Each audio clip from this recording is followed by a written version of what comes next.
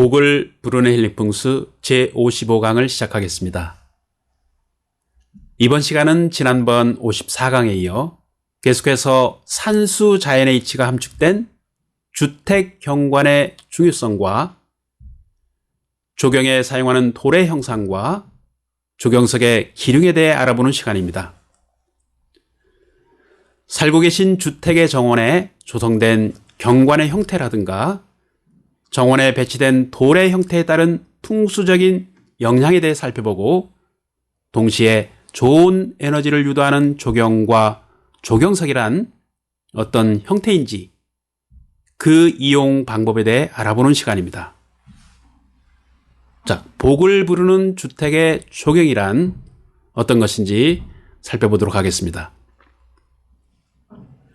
우리가 살아가는 동안 보금자리를 할 수 있는 주택의 공간에 작지만 경관을 조성한다는 것은 생활의 안정과 활력을 증가시키는 데 매우 중요한 요소라 생각됩니다. 풍수지리는 대지 위의 공기 에너지와 물의 흐름인 물의 형태와 상호 조화를 이루는 과정에서 발생하는 자연의 에너지를 인간의 삶에 운용하는 학문이라 할 수 있습니다. 풍수조경이라고 하는 것은 대우주간 자연의 형상과 이치를 작은 공간에 축소시킨다는 점에서 인간과 자연을 융합하는 산과 물의 자연 예술이라고 말할 수 있습니다. 동시에 풍수조경은 우주 천지간에 존재하는 모든 만물의 기적 에너지 현상을 인간의 삶에 유도하여 생명력을 증대시키고 건강하고 행복한 이 삶을 추구하기 위한 분야라 말할 수 있습니다. 이처럼 보금자리를 할 수 있는 주택을 쾌적하고 아름답게 가꾸어주는 풍수 조경이야말로 대자연의 이치와 형상을 예술적인 심정과 사색을 통해 작은 환경의 주택 공간 속에 담아 농축시켜 놓은 것이라 할 수 있습니다. 따라서 이로 인하여 심신이 안정되고 좋은 기운이 모여 복을 부르는 명당 주택이 탄생하는 것이라 말할 수 있습니다. 만약 공간과 환경 예술이라는 건축학적 토대 위에서 우주 만법이 소생하는 음양이치를 담고 있는 역경과 풍수학을 주택의 건축 환경에 융합한다면 필시 자연 에너지의 소통과 자연 에너지의 생명력으로 넘쳐나는 명당 주택이 될 것으로 봅니다. 이처럼 풍수의 이치를 활용한 경관 설계의 걸작이란 바로 심신을 안정시켜주고 집안에 좋은 에너지를 안겨주어서 결과적으로 행운과 복을 부르는 명당 주택의 조건에 부합하는 경관 조성을 말해주고 있습니다. 인위적인 가산이나 연못을 조성할 때 가급적이면 주택의 오른쪽 백호방위에 위치시키지 않는 것이 풍수적으로 유리하다고 봅니다. 백호방위의 어떤 부담스러운 시설물이라든가 크고 높은 화단을 너무 가깝게 조성하게 되면 가족이 편안하지 않고 운기가 쇠퇴하게 되어 재정이 고갈되어 궁핍한 환경에 빠질 수 있다고 했습니다. 자연 경관을 조성하는 데 가장 좋은 방위는 주택의 왼쪽, 즉 청룡방이라고 할 수 있는데요. 주택의 왼쪽 공간에 유연하고 편안한 경관을 잘 조성한다면 가족이 편안하고 집안에 좋은 기운이 끊이지 않고 모인다고 했습니다. 주택의 공간의 조경의 과정에서 물길을 만들 때도 물소리가 너무 크게 들리지 않게 하는 것이 무엇보다 중요하다고 봅니다. 보통 전기 모터를 이용해 정원 주변을 흐르게 하는데요. 물소리가 너무 크게 들리면 사람이 통곡하는 소리와 같다고 하여 불길하다고 여기는 것입니다. 특히 이러한 조경시설을 주택의 오른쪽인 백호방에 조성한다면 관제구슬을 불러들이기 쉽고 송사에 관한 일들에 의해서 마음의 번민이 많고 정신적인 고통을 받을 수 있다고 했습니다. 또한 정원의 물길이 외부로 향하지 않게 하고 주택을 감싸듯이 안으로 흐르게 하는 것이 중요하다고 봅니다. 경관 조성을 할 때 돌의 형태는 다각형이나 기형적인 돌을 가급적이면 피하고 특히 이 돌의 모양이 동물의 형태는 사용하지 않는 것이 좋다고 봅니다. 자연의 모든 형태에는 반드시 그에 따른 에너지와 영이 있다고 보는 것입니다. 동물의 형상의 돌이나 기형적인 돌의 형태는 집안에 근심을 안겨준다고 했습니다.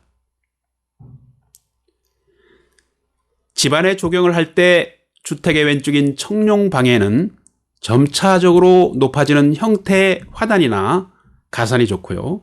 그리고 주택의 오른쪽 백호방에는 엎드린 듯 낮은 형태로 가급적 조성하는 것이 가장 이상적인 조경 방법이라 할 수 있습니다. 집안의 연못 조성은 주택 가까이 하지 않는 것이 좋다고 봅니다. 연못을 잘못 조성하게 되면 물이 썩게 되고 시간이 지날수록 오염이 누적되고 습한 기운과 폐기를 조성하게 되어서 가족의 건강에 좋지 않은 영향을 주게 된다고 보는 것입니다. 정원 내 물길은 반드시 이 공수의 형태인 주택 쪽으로 안기는 형상이 되어야 유리하고 배반하듯 등을 돌려 달아나듯이 반궁수의 형태가 되면 풍수적으로 불길하다고 여기는 것입니다. 자, 복을 부르는 조경석이란 어떤 것인지 살펴보도록 하겠습니다.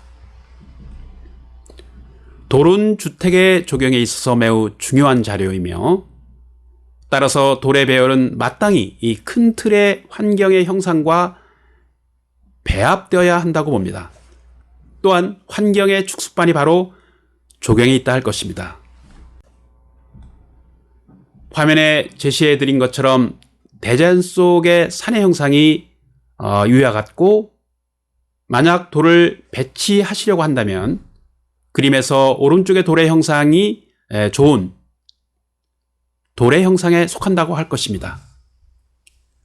이처럼 형상이 조화롭게 합치하면 에너지 또한 왕성하게 되어서 좋은 것에 좋은 것을 보탠다는 것과 같다고 보는 것입니다.